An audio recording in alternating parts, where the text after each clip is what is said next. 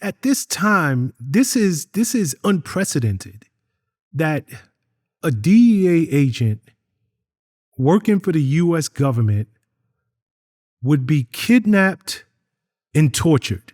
That's never been done before. So that is correct.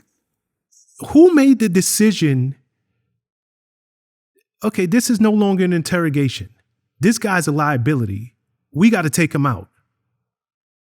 The ultimate decision to kill him was made after Rodriguez and the CIA people had interrogated him. They left, and Caro Quintero was one that basically decided that he should be killed. As a matter of fact, the cartel boss was not there when he made the decision that they should kill him, which is Fonseca. Ernesto Fonseca Carrillo wasn't there. But when his agents that were there heard that Caro Quintero had given the order to kill Kiki, he called him and he says, "Boss, you better get over here." He says, "Because Caro Quintero has made the decision to kill Kiki, to kill Camarena." He says, "Tell him to stop everything. I'm on my way over there right now." So Fonseca drives from his house to the location where Kiki's being tortured still, and he orders Caro Quintero not to kill him. He says, "Don't kill him. That was not the plan. We're not supposed to kill this guy." And he said, "I have orders from Manuel Barlet Diaz, the Secretary of Government, that he should be killed." And Fonseca says, "Listen, don't kill him. I don't care who gave you the order." And he slaps Caro Quintero, almost knocks him to the ground. And he says, "This is going to be your problem. This is going to be a major problem. This guy was not supposed to be killed." But he says, "We can't save him anymore." He says he's too far gone because they had beat him too much. And then Fonseca asked the doctor, Shawn, the guy that I kidnapped, asked him, he says, "Can you save this guy?" And he says, "The only way we can save him is by taking him by ambulance to a hospital. He's too far gone." And Caro Quintero says, "No, you're not taking him." As a matter of fact, Fonseca's men and Caro Quintero's men pointed rifles at each other. And so finally Fonseca gets very upset. He says, it's gonna be your baby. You're gonna carry this problem. And he walks out mad.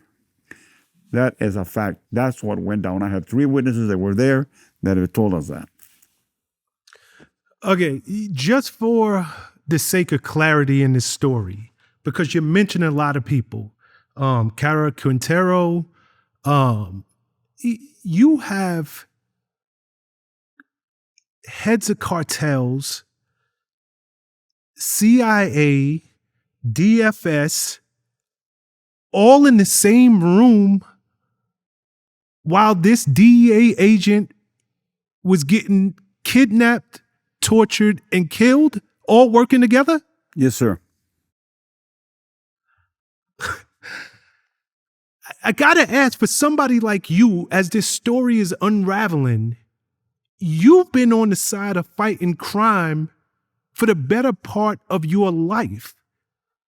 How blown away are you, or do you just know this is the way the game is played?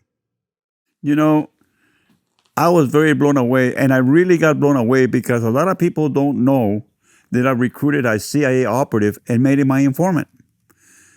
I was told that there was a white guy working for the DFS, a big, tall white guy. They called him Torre Blanca, White Tower. And I said, "Why do they call him that?" I said, "Because he builds repeaters for the DFS and the CIA. He's a communications expert." And I said, "Oh, really? What's his real name?" He said, "We don't know, but he goes by Larry, but his nickname is White Tower, Torre Blanca." So I sent an informant to hook me up with this guy. And my informant went and he knew him, and he went and met him. And he said, "Hector wants to talk to you." He said, "I don't know who Hector is. I don't want to talk to him." He says, "You better talk to Hector." So he says, "Okay, I'll talk to him." So he came on the line. And I says, "Larry," I said, "I know who you are. I know you work for the DFS. And I need you to come and help me solve this crime." He said, "Hector, you're really treading in very dangerous waters. You don't even know what's going on down here. And I'm not going to cooperate with you." And he hung up on me. So I called the informant back and I said, "Tell him to come back on the phone just for 1 second." So he put him back on the phone and I says, Larry, I'm going to kidnap your white ass. You're either going to cooperate with me or else I'm going to kidnap your white ass. You understand that? And we're talking in plain English. He says, you're going to kidnap me? You're not going to kidnap me. He says, I am going to kidnap you. Didn't I just kidnap that doctor? He says, I promise you, dude, I'm going to kidnap your white ass. And he hung up on me again.